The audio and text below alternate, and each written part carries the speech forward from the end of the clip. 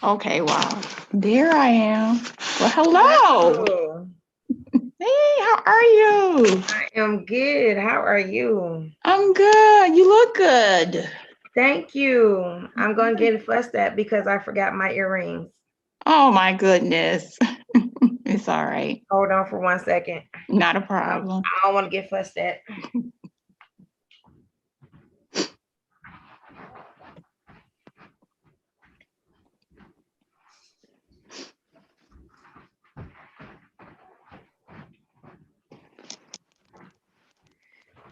All right. Put these on. Tried to clean my camera off a little bit. Where am I? Okay. So while we getting prepared, Mm-hmm. when we get started into the show, I want to let everyone know again to like and share the video. If you haven't subscribed to the YouTube channel, again, it's Keeping It Real Conversations with Sunshine. Please like and share and subscribe. Also, that I believe in 6 degrees of separation. It has been proven over and over again since I've started this show. Somebody is one person away, one advice away, one help away from where you need to be in life. And this is all about my show, is connecting, getting information out here that will help us not only survive, but progress and get to where we need to be. And then I tell them how I know the person that I'm talking to. That's gonna be interesting. So Miss Meiko, I've known since, let's go back to, let's see, when did we start high school? 92? Yes, ma'am. 92. And I was telling, I want to say Katrina Williams, who was one of our fellow Osborne people that end up leaving. But our incoming freshman class that year was the highest incoming class of freshmen that Osborne has had since it was open. Stop it. I never knew that. Yes. What? And on top of that, they had our class was so smart that they Yes. were talking about making our school like one of the magnum schools, like with Cass and them, because we had so many people that was so intelligent. And so Yes. what they tried to do is make our incoming class stick together for the whole 4 years. Like we never changed. That's who we were gonna stuck with Yep. all Yep. the basically, I don't want to say nerds, but very, very intelligent people that came in that class. And for the most part, most of us all had the same classes. We all went to the same all the classes, or classes before. We all had the same teachers and all of that. So when I first met Meiko, of course, we had classes together. Meiko stuck out to me because if I ever seen anyone, even back then, who I felt was going to be successful, it was Meiko. And What? it's funny, yes. And it's funny that you really don't pay attention, that people pay attention to you until years later when they have the nerve to actually say it. So Meiko, even back then, she was a majorette in high school. I thought Meiko was going to become the first Miss America from Michigan. I promise you, from Detroit. I kid you not. What? Yes, ma'am. I did. I was such a tomboy in high school, but go ahead. Oh my gosh. Yes, I always thought that not only was she smart, but she's very beautiful, even back then, Thank even you. to this day. Thank you. So I'm going to give you your flowers now.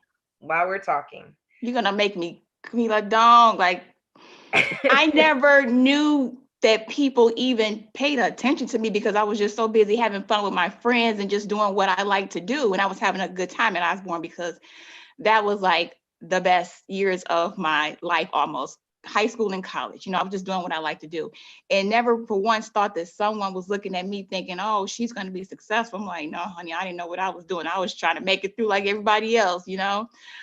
That right there has really messed me up. And now whatever I was going to say, I forgot because I was not expecting that at all. I knew we were talking about. It honestly, our group, if I could take how they have the shows like Friends and 90210 and all of those, was our class of 96 to me. That was Meiko ended up being the vice president of our class, correct? Correct. So I was the treasurer. So again, here it is, umpteen years later. The presidents was there already in school. We just didn't know. We just didn't understand it. We were still trying to find our way, trying to find out who we were, even through the, the day-to-day basis and things of that nature. Had no idea. But success, even in high school, we were in National Honor Society and all of these things that we just thought, hey, this is what we do. But yeah, that trend that we had in high school still is prevalent today. So this is why I have Meiko on today.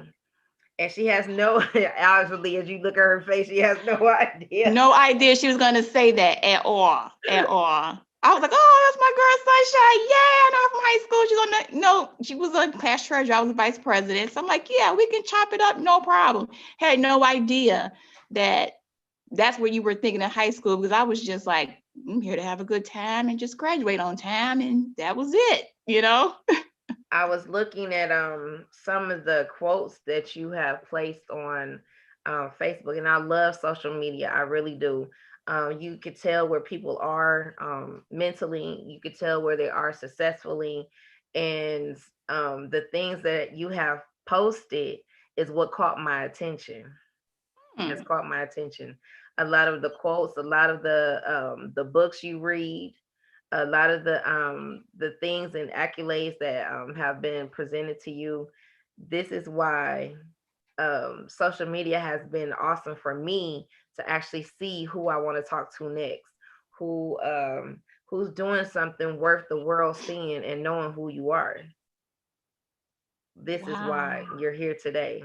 Well, I am honored that you even thought of me. Awesome. So yeah, so that was the prevalence, the beginning part of this I don't want to say interview, our conversation that we're going to have of Miss Meiko. Why do people call me Miss Meiko? I never tell anyone to call me Miss Meiko, but everyone has this understanding, like we're just going to call her Miss Meiko, and it's like, where does that come from?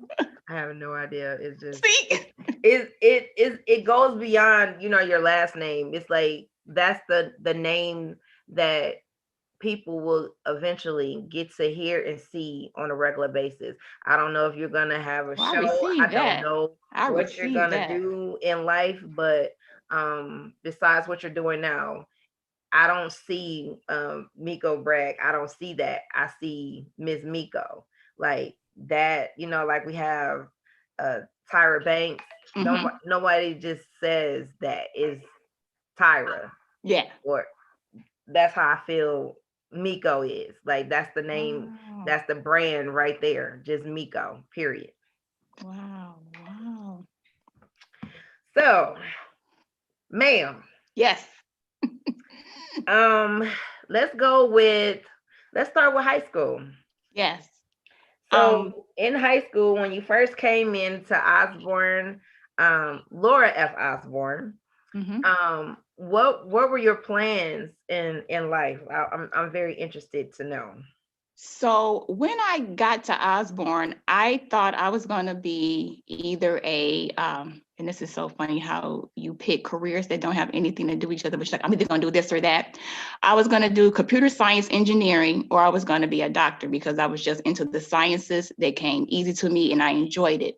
I was in DAPSAP, Detroit Area Pre-College Engineering Program, when I was in junior high at a magnet middle school, Barber, which is now closed. So when I got to Osborne, I kind of had some, I kind of knew which direction I wanted to go into. And as I neared the end of my career at Osborne, I had made a decision that I wanted to go into medicine, not so much the computer science part of it, because I really got into the sciences of it. And I think that's where I began to socialize more, and I got to be a lover of people more. And so I wanted to not have a job that didn't deal with people, but I wanted to have a job that actually touched and deal with people. So that was my thinking at Osborne, coming in, I'm going to do computer science or medicine. And I ended up deciding that I wanted to focus on the medicine there.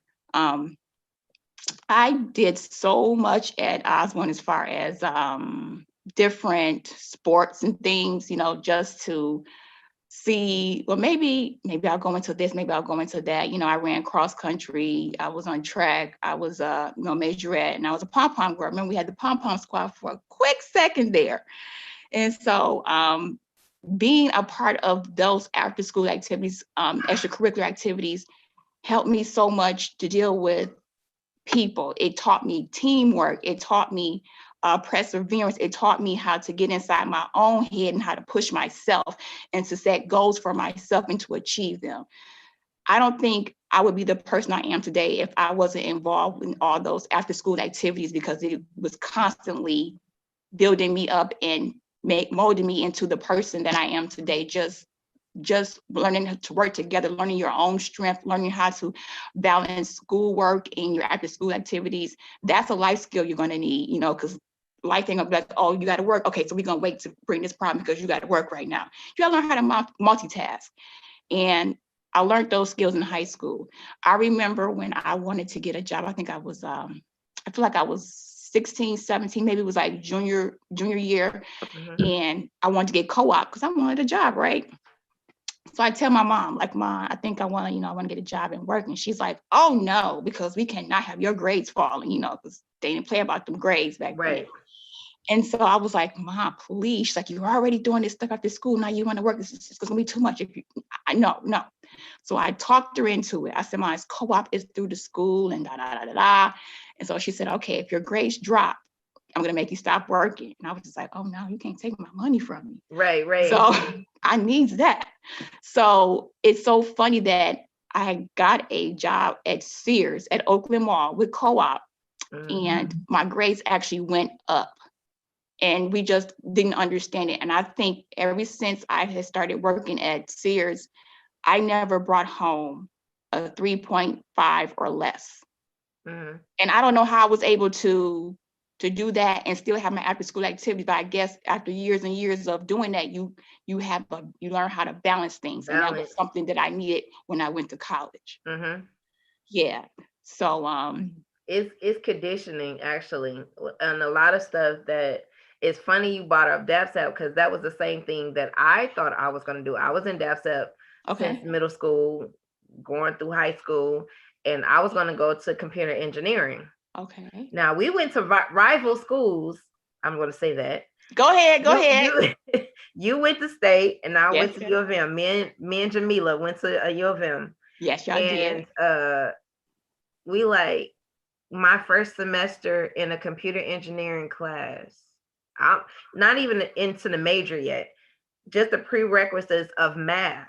I was like, I'm not doing it. I was like, I'm gonna do this because that's too much. I changed my major to education, and I was like, the whole computer engineering, I don't think they prepared us to know the amount of math.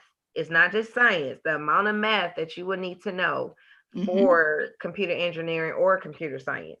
So I was like, I did all this time in middle school and high school, going to DAPSAP every year, every Saturday. Yes, in the summers. Yes.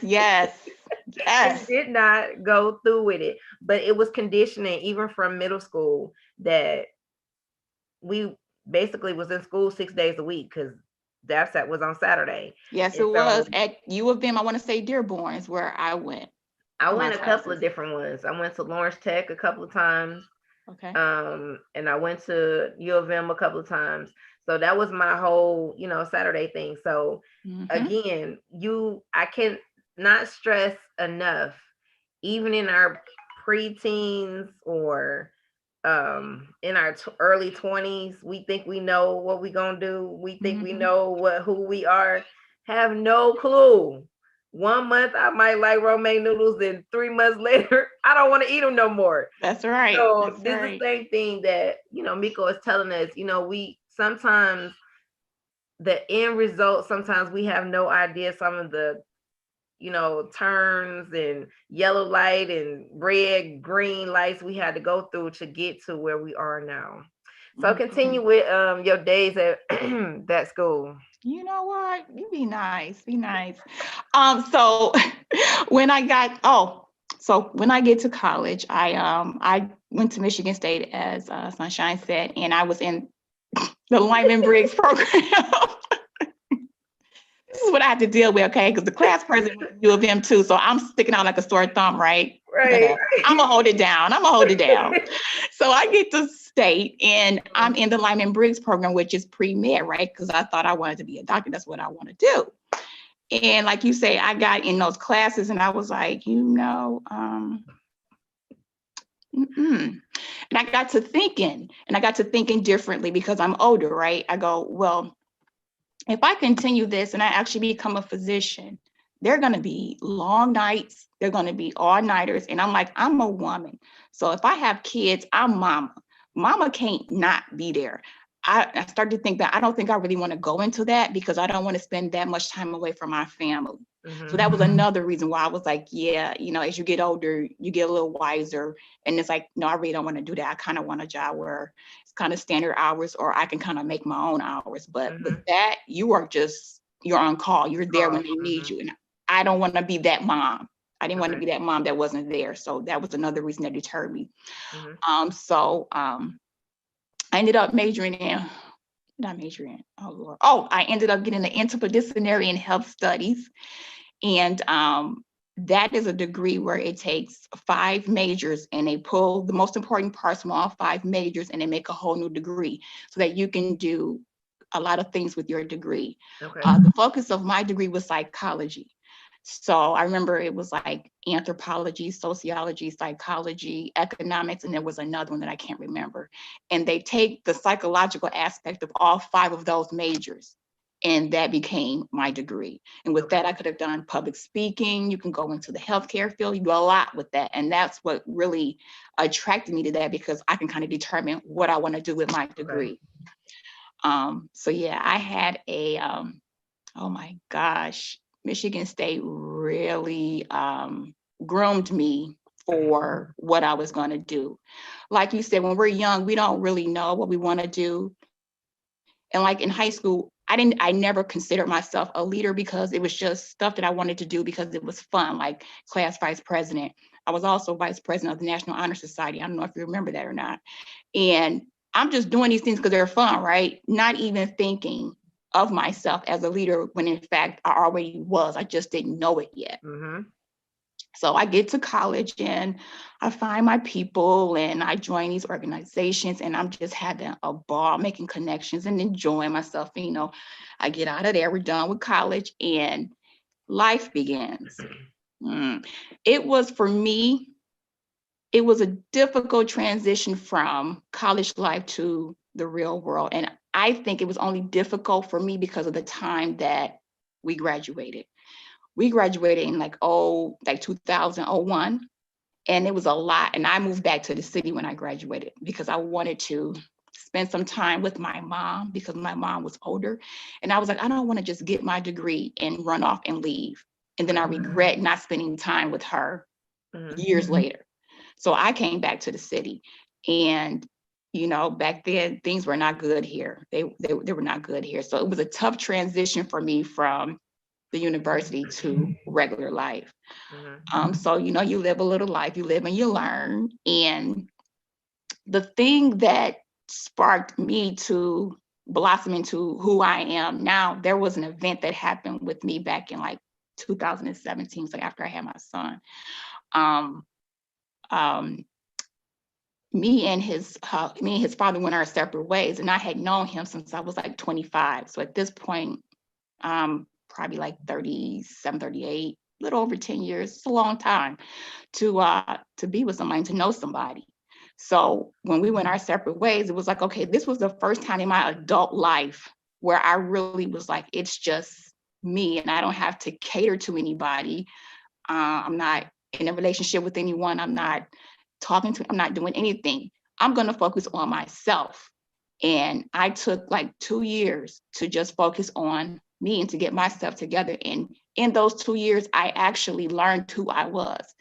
I was sitting on my gifts and I was playing myself because I was not being who I was supposed to be. I was being what somebody else wanted me to be because it was comfortable for them. Wow. Mm-hmm.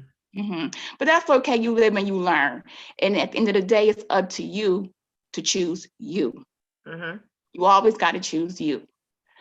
So after that event in 17, I began to read some self-help books. I began moving around in different circles, exposing myself to different things, opening myself up to different things like therapy, and just trying to really understand how I got here to make sure that I didn't come back to that place ever again.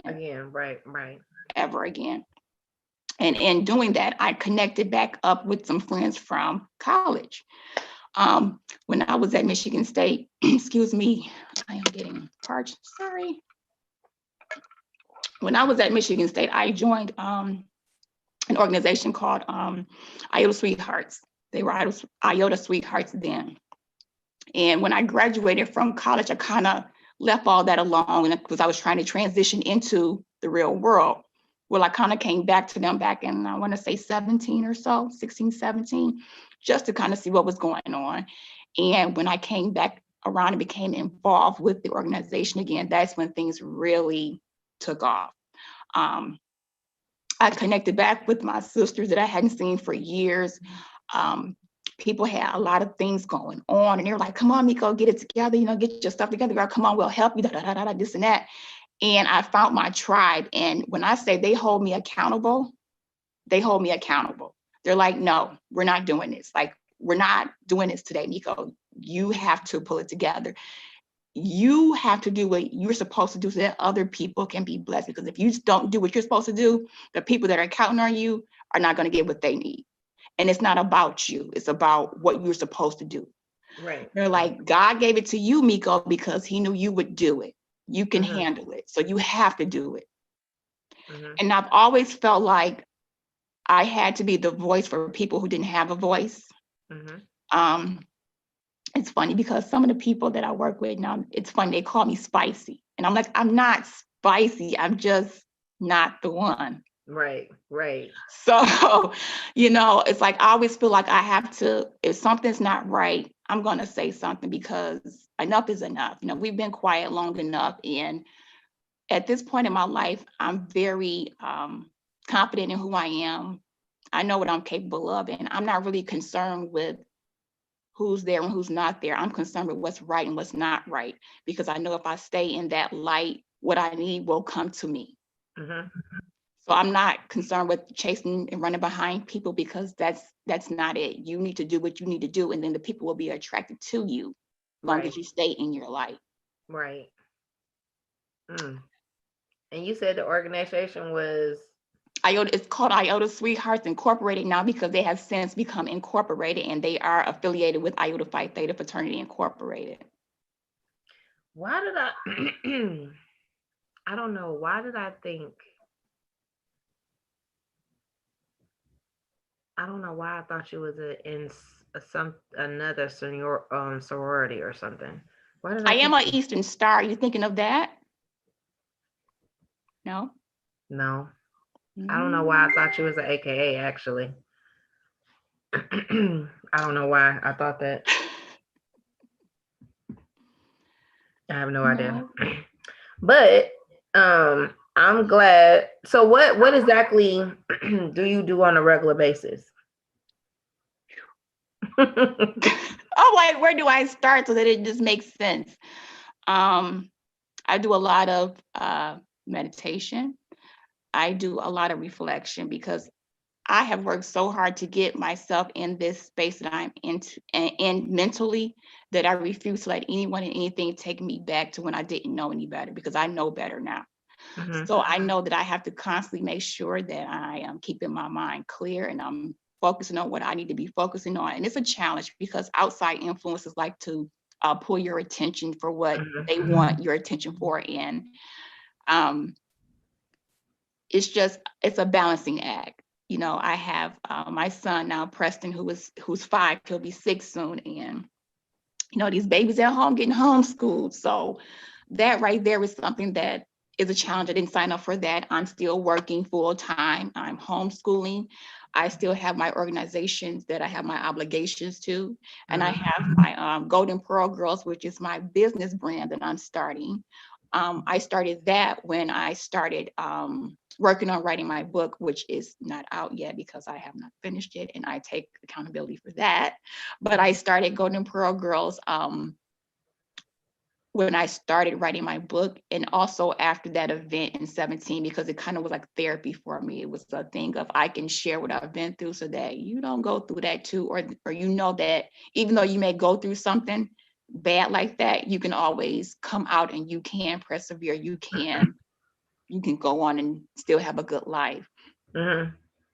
So it's a lot on a daily basis. Like I'm up at 5:30, up, get myself together, get the kid together, got to get him to where he has to go for homeschooling, because I can't just sit home and homeschool.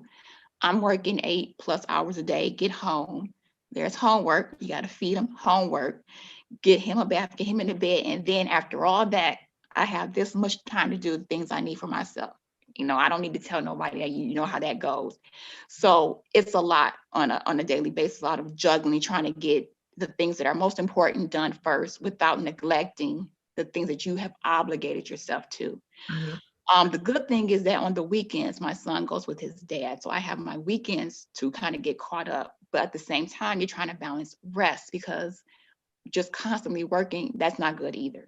I can't function like that. I need to sit still at times so that I can hear what I need to be doing next, because sometimes I don't know. I'll get stuck like, okay, now what am I supposed to do? What do you want me to do now? Because I don't want it to be more of me than it is of you. I don't want it to be me doing something out of an ego versus doing what I'm supposed to be doing to help somebody else.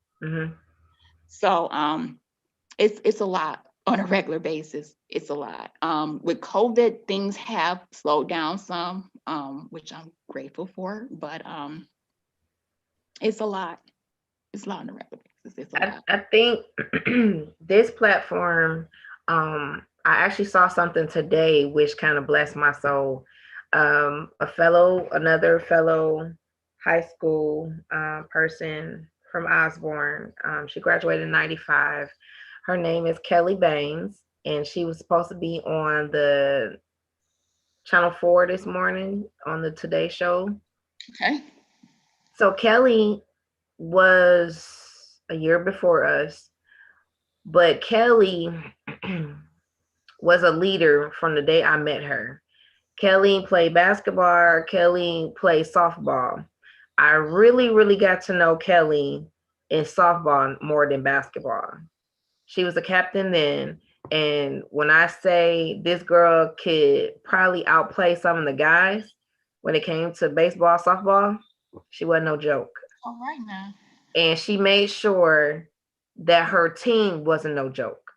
So if you're afraid of Kelly, you are afraid of all of us. All of us.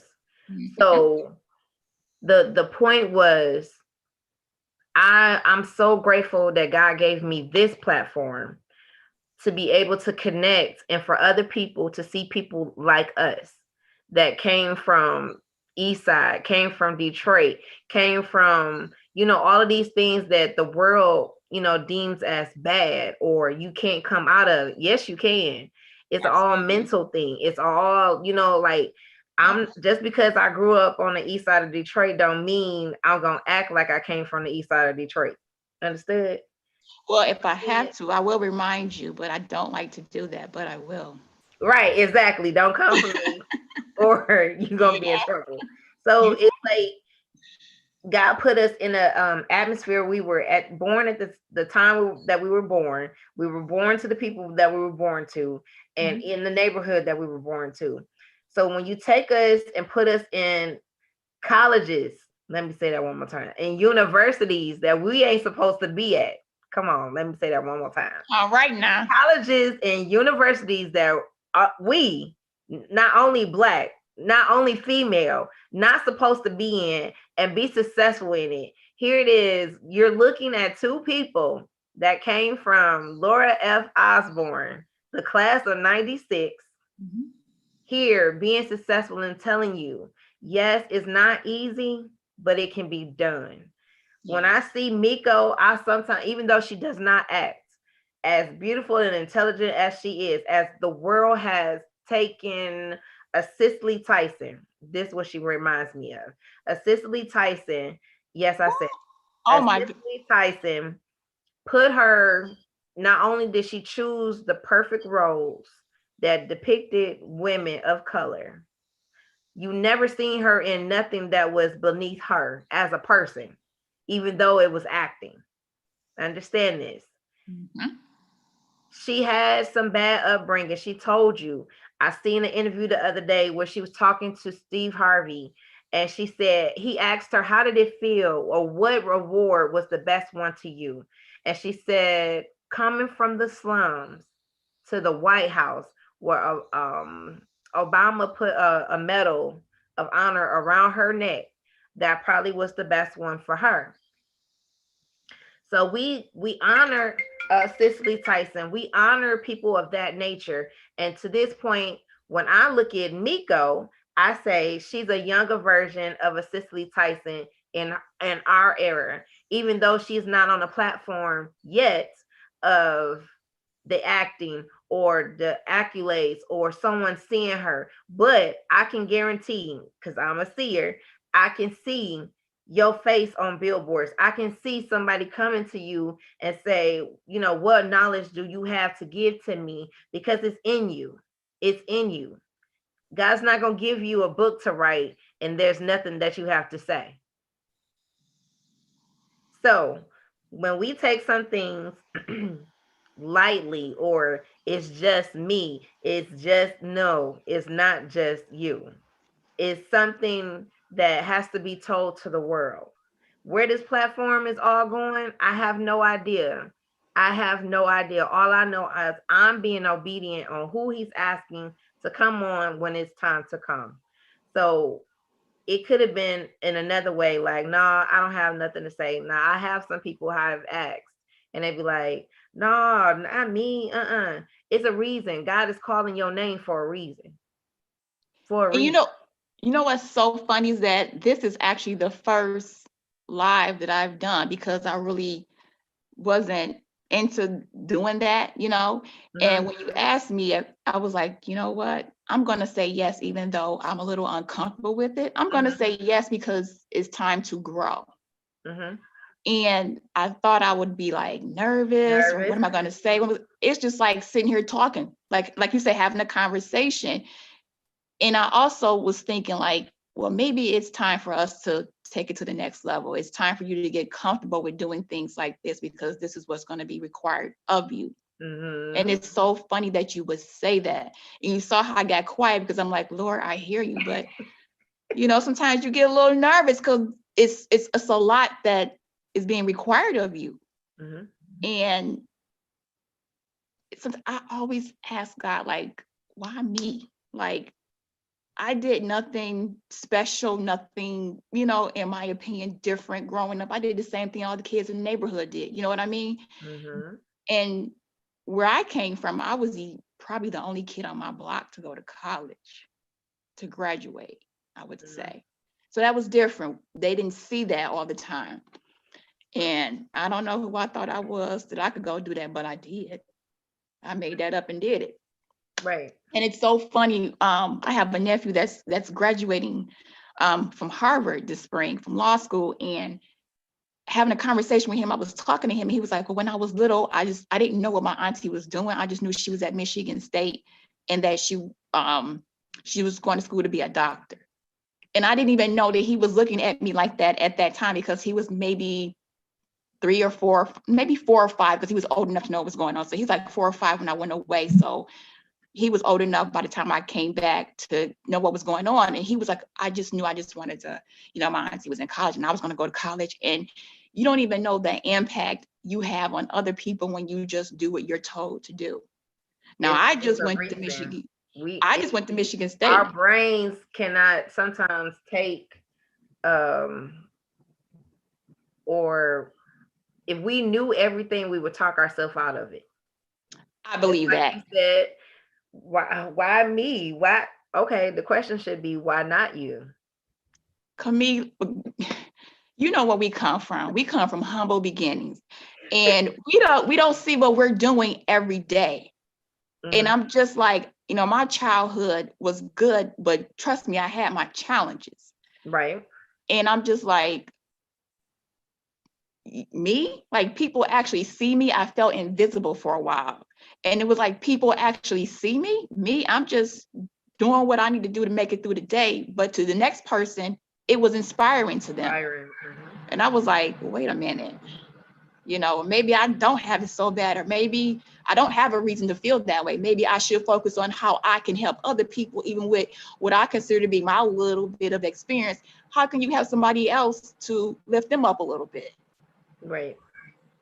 This is why we're here. This is why we're having a conversation. I'm gonna have, more of our high school people from my college.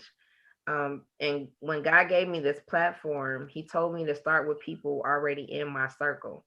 Nothing big, major, celebrities. Not yet. Not yet, but it's coming. It's coming. I have done some, but not to the level yet. But he told me to start the 6 degrees, start in your own circle first. And when I started doing this, believe it or not, some of the people that I had interviewed know somebody I already interviewed. And then they started connecting. It's like, okay, now we could tell such and such to do this. And now it's now connected with this person. It's like, wait a minute.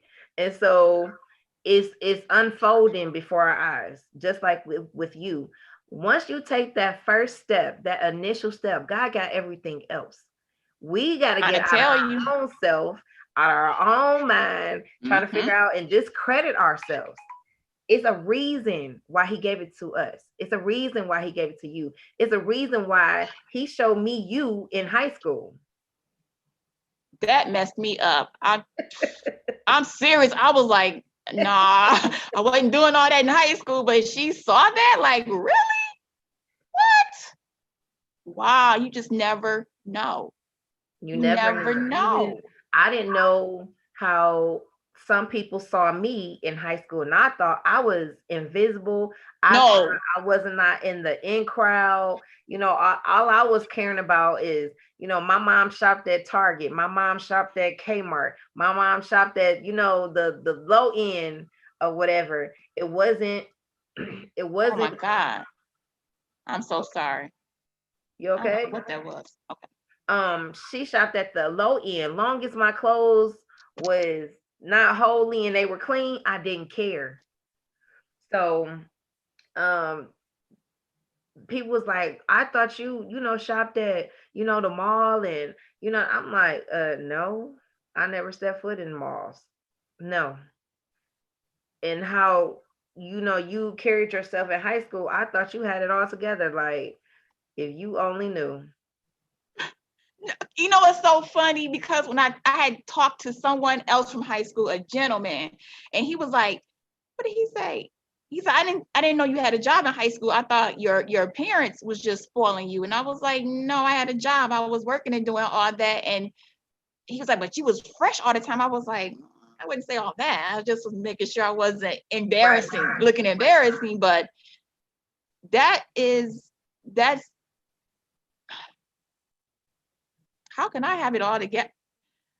Oh, that It's all perception.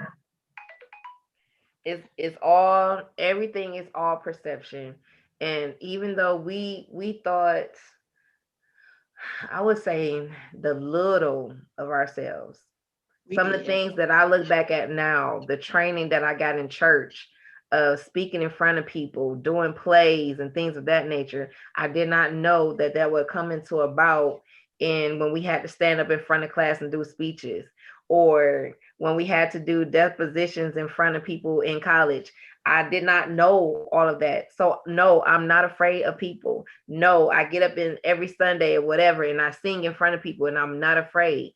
I had no idea the training that God had gave us as kids will come full circle to where you Mm-hmm. are now. And even when you said this is comfortable, a lot of people were afraid to come on here. I said, I'm just like your cousin. Like, we're sitting on the couch. I'm literally sitting on the couch. And to the point where it's like, it's just me. We just having a Yeah. conversation. It's not an interview. It's not anything that you think so like to be afraid of. It's just me. So it's like no one else is seeing this. It's just me and you having a conversation, coming back up onto, I haven't seen you since high school outside of social media. I haven't seen you. So this is refreshing to me, to the point of um like I said, it's refreshing to know, to see how good you're doing. I'm not coming to your Oh, thank you. gravesite. I'm not, viewing your body. I am actually seeing somebody who, in my opinion, I knew was going to be successful, and you still ain't seen nothing yet. Oh my, you sound like my people. Like everybody's like Meiko. And to be honest, because I've never shared this with anybody, you kind of know when you the one.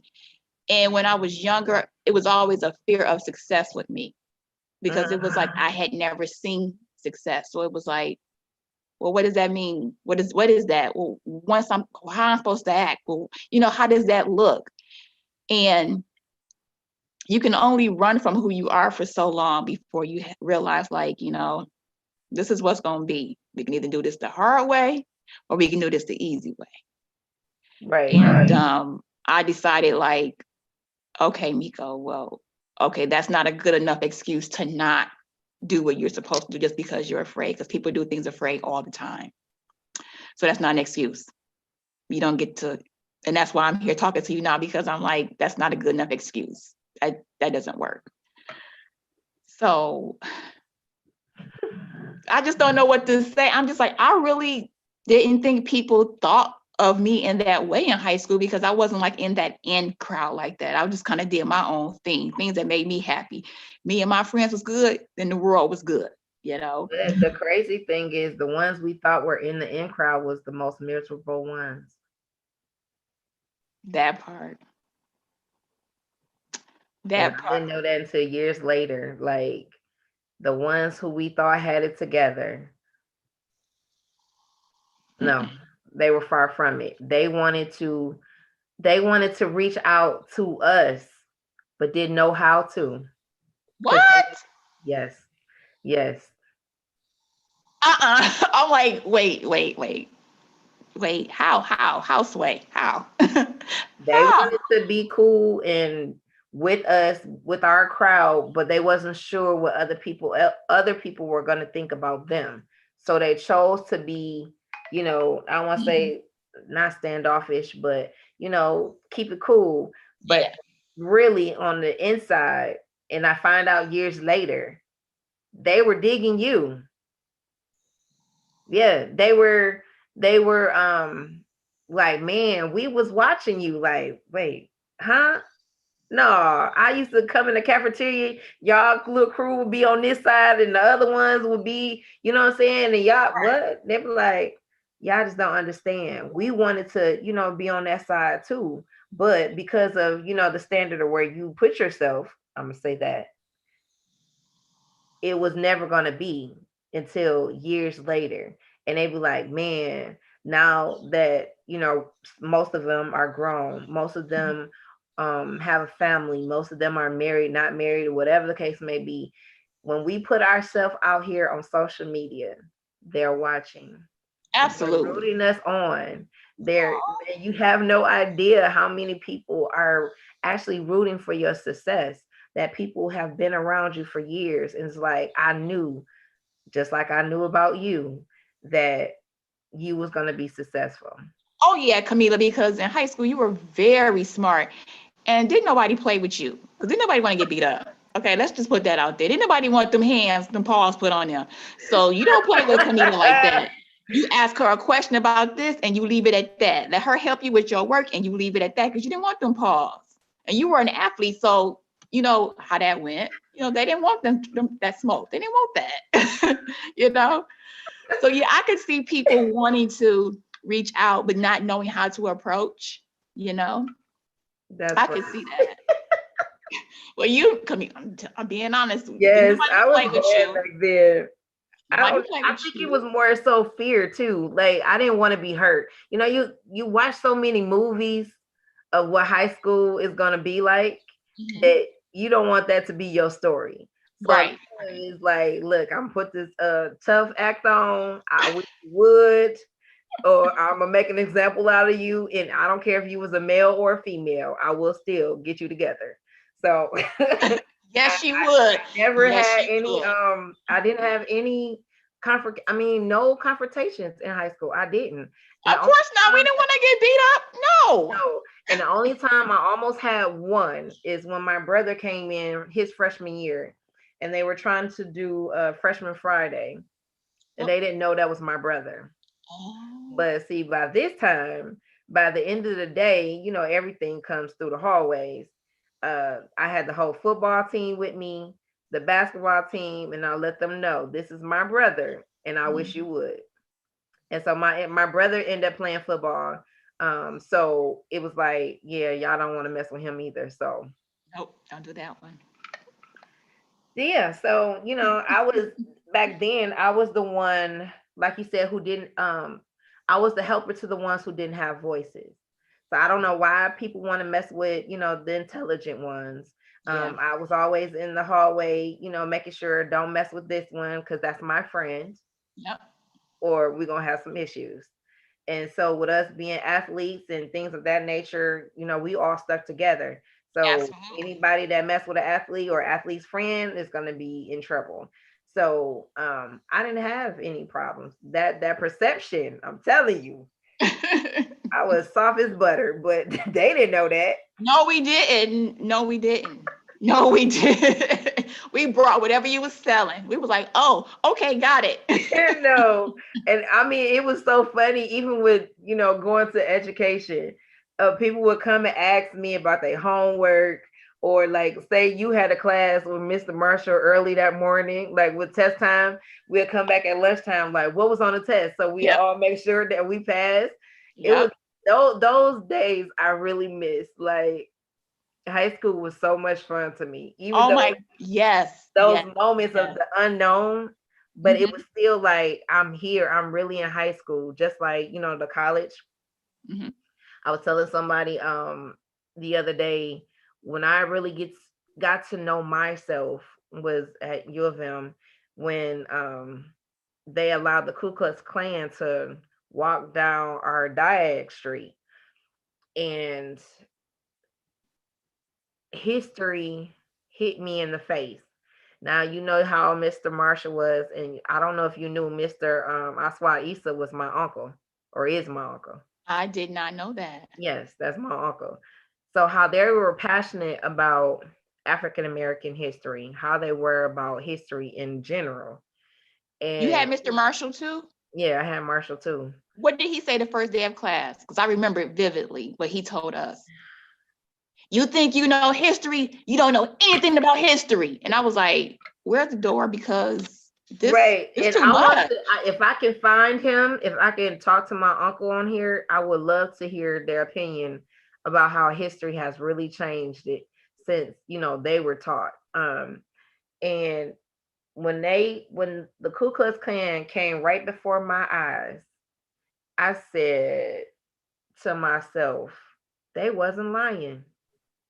Now, of course, you have books, you had the movies, you had all Mississippi Burning, all of this stuff that we felt some type of way watching it and reading it.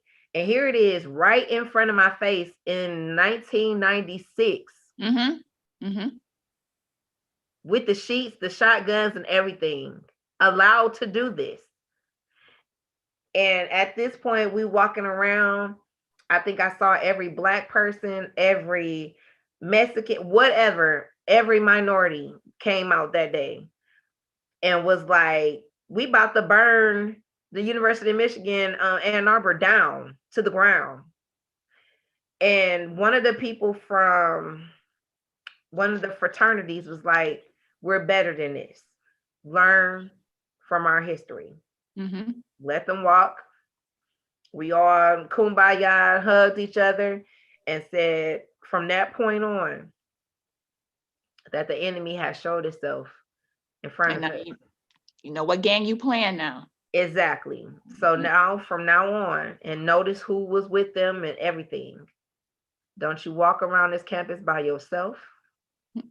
I want more than, actually, they wanted more than 2 people walking around. Not only because you're a Black female, just because you're a minority, period. In this city, Ann Arbor and Ypsi is known for racial issues. So when we knew this, we took upon ourselves to protect each other. So this has been a part of me since I can remember. And even in that, your voice, it has gone beyond where you think it is just going to stay. Because you have no idea who's listening, where this is going to go. They're going to know Miss Meiko. Yes, they are. Now, I wanted to give that. Can't stay in the box no more. Sorry. I wanted to give that first interview to you because I was like, she knows me. And it's only fitting that we start at the beginning. Never forget where you come from. And I'm like, one day she may pull this up and be like, look at this interview I did. Well, right. I'll be like, yeah, that's me. Yep, that's Meiko. Yeah. Y'all listen to what she said. You know, I'm telling you, you're going to be bigger than you think you are. And when this book comes out, I want to be the first to get one, get his signs. And I'll be like, I remember when Meiko was in the process of writing this. And I wouldn't even be surprised of being able to get called to go on different platforms. Because we do need a voice out here. We need someone who's not afraid to get out here and say, I'm going to say what thus said the Lord, but to get out there and say what needs to be said and get things done. Absolutely. Even though she goes to that other school. But however, it is what it is. That doesn't stop us from, still loving each other. Absolutely. Still reaching back into the days of old. And I'm just excited that you are here. I'm excited for your future. Just to be able to say her nephew is an attorney? Yes, he's an attorney. Yeah, he'll be an attorney when he graduates, this spring. Then he takes the bar and he's done. So I want y'all to catch this. She's going forward, and a generation behind her has been watching her, who she has no idea was watching and looking up to her. Her nephew is about to be an attorney, and that's not easy. Not let alone just be in college by itself, but going to be an attorney. So she set the bar, and I'm saying this for a reason. She set the bar, and she already told you a part of her book and her organization that she's starting is for girls. So again, she has already set the bar, so she has nowhere else to go but up from here. So if she does that for her own blood, what can she do for someone else who is able to sit there and sit at her feet and listen to the education, listen to the wisdom that she has to give out, not only in reading, but what she says audibly. So I'm just thankful again. She's in awe. She'll take a moment. Yeah, I need to process. I'm sitting here like, I wasn't expecting all this when you said let's have a conversation. I'm like, oh, okay. So I just want to thank you, give you your flowers now. That even years later, you are still what I still look at as my Miss America. Oh, thank my you. Cicely Tyson, my every successful Black woman. That you are still beautiful even today than you was back then. Thank you. And I'm looking forward to getting the news. I might see a headline that she's gonna be on the news or the TV show or something like that. I would not be surprised. I'm just like, It's coming. It's coming. It's what took you coming. so long? So I'm glad that I was able to have the first interview with her. Yeah. And I'm gonna put it out here in history that I was the first. So did you have anything else that you want to say before we get out of here?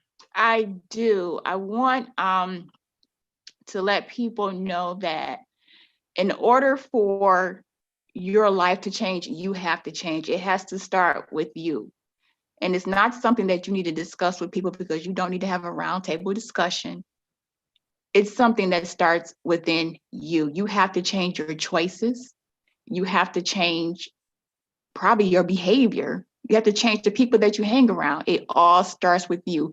You can be whatever you want to be, but you have to believe that. If you don't believe that, nobody else is going to believe it. No, I didn't ask anybody for permission. Like, well, is it okay if I do this or if I do that? I just decide, you know what? I'm going to do it. And if it doesn't happen, then, oh, well, there's no harm in that. But at least I have to try. You have to really get in touch with yourself and know what you're capable of. And don't you let anybody tell you what you can and what you can't do because they don't know, because they're not you. All they know is what they see. And sometimes, like, we don't even see what's in ourselves. So don't you let anybody tell you just because of where you come from that you can't do a particular thing. Yes, you can. Will it be hard work? Yes, but you can do it. Don't you let anybody tell you who you are.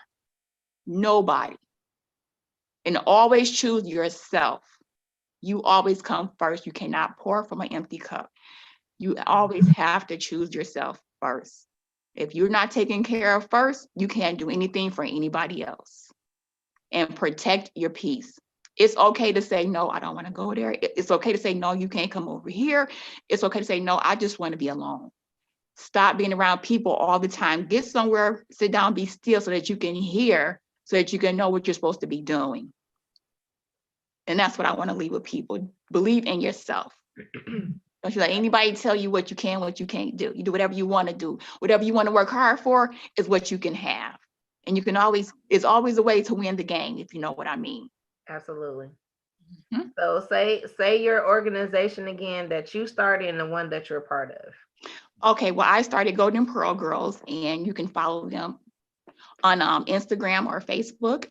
And they're also on Twitter. And the organization that I was telling you that I'm a part of is Iota Sweethearts Incorporated, and they have chapters all over the country. Okay. So again, for those who are on, again, please like and share the video, tag yourself.